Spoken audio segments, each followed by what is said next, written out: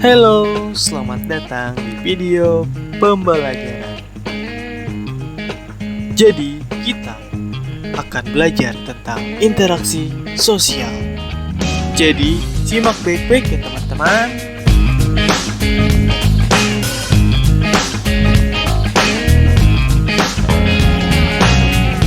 Interaksi sosial.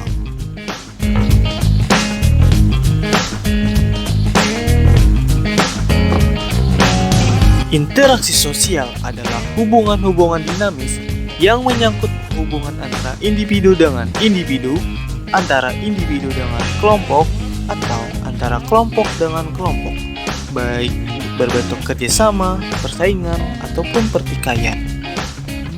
Berikutnya ada jenis-jenis interaksi sosial.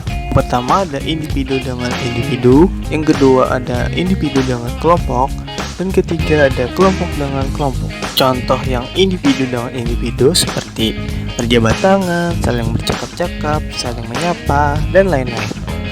Sedangkan yang kedua ada individu dengan kelompok. Contohnya, seorang guru yang mengawasi murid-muridnya yang sedang mengerjakan ujian. Kemudian yang ketiga ada kelompok dengan kelompok. Contohnya kerja kelompok. Kemudian ada syarat terjadinya interaksi sosial. Yang pertama ada kontak sosial, yang kedua ada komunikasi.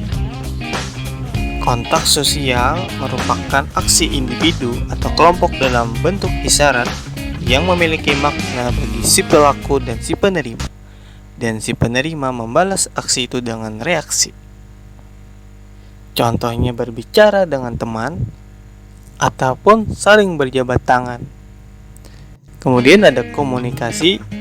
Komunikasi ini berwujud dengan pembicaraan gerak-gerak fisik ataupun perasaan.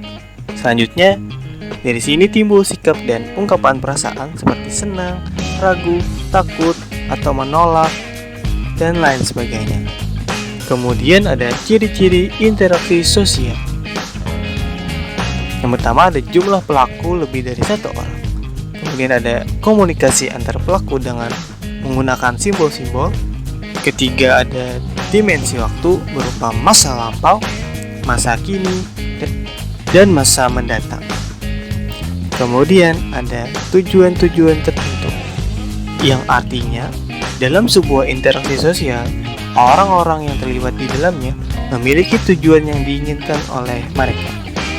Apakah untuk menggali informasi, atau sekedar beramah tamah, atau yang lainnya. Kemudian ada faktor-faktor yang mendasari interaksi sosial. Yang pertama, imitasi. Imitasi adalah suatu tindakan meniru sikap, tingkah laku, atau penampilan orang lain. Kedua, ada sugesti. Sugesti adalah cara pemberian suatu pandangan atau pengaruh oleh seseorang kepada orang lain dengan cara tertentu, sehingga orang tersebut mengikuti pandangan atau pengaruh tersebut tanpa berpikir secara kritis dan rasional.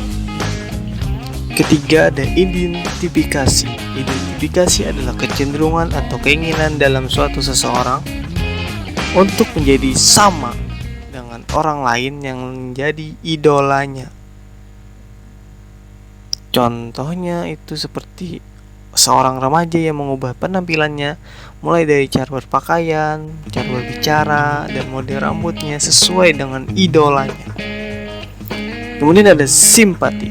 Simpati adalah perasaan tertarik yang timbul dalam diri seseorang dan kemampuan untuk merasakan diri kita seolah-olah berada dalam keadaan orang lain. Kemudian ada motivasi.